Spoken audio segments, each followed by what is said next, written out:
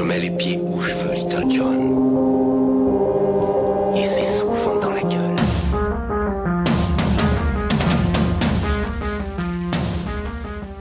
Adrien, programmateur radiophonique dévoué qui tous les matins fait le tour des ondes en solitaire, auditeur, chéri et éthéré, volute abstraite au bout du micro, mon cœur.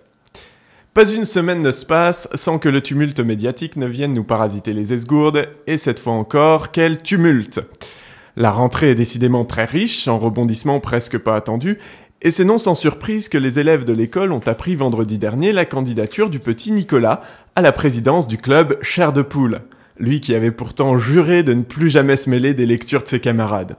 Mais voilà, apparemment ces grandes vacances lui ont permis de faire le point, de discuter avec les autres écoliers, sans le poids de la fonction que jadis il occupait, et devant la détresse des nombreux élèves qui croient de plus en plus aux lectures farfelues de la présidente du club Fais-moi peur, il a décidé de revenir sauver l'école. Mais bon, pour ça, il doit d'abord sauver son club. Peut-on lui en vouloir ?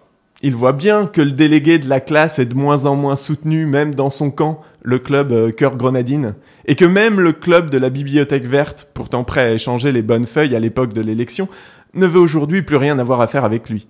Il faut dire aussi que, de toutes ces belles promesses, les écoliers n'ont pas vu le moindre chapitre, et il a plutôt eu tendance à leur servir les résumés de bouquins flippants susmentionnés, juste en changeant le titre. Alors du coup, Nicolas en profite, il saute sur l'occasion. Surtout que si il réussit à revenir à la tête du club Chair de Poule, il pourrait avoir sa chance à nouveau pour les prochaines élections de délégués. Et il faut qu'il redevienne délégué de la classe, Nicolas.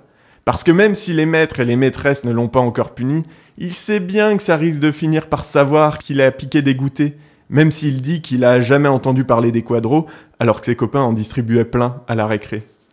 Ou qu'il a profité de sa position à l'époque pour aider un copain à sécher la piscine en échange des bonnes réponses aux devoirs.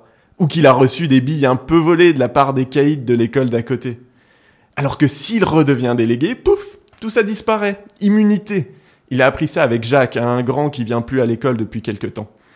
Maintenant que François et les mecs du club Cœur Grenadine sont au plus bas, que le club de la Bibliothèque Verte n'a plus de lecteurs, et que c'est pas les trois intellos des clubs J'aime lire et Je bouquine qui lui font peur, avec leurs lunettes et leurs histoires un peu chiantes, il ne lui reste qu'à ratisser du côté des membres du club Fais-moi peur pour espérer gagner. Et parce qu'en vérité, les livres qu'ils lisent, c'est sur beaucoup de points Benet Blanc et Blanc Benet. D'ailleurs, il a même commencé l'autre jour à la cantine entre deux bouchées. Je l'ai bien entendu dire qu'il fallait que les garçons arrêtent de jouer à l'élastique et à la corde à sauter, soi-disant que ça perturbe les petits CP. Non, vraiment, je vois difficilement ce qui pourrait l'empêcher de redevenir délégué de la classe, le petit Nicolas. Voire si. Il faudrait monter un club plus large, plus grand, plus universel, autour de livres qui plaisent à tout le monde. Faudrait qu'on arrive à monter un club Harry Potter, en fait. Ah ça ferait l'affaire. C'est même du tout cuit. Mais bon, l'emmerdant, c'est que moi, j'y ai jamais trop cru, à la magie.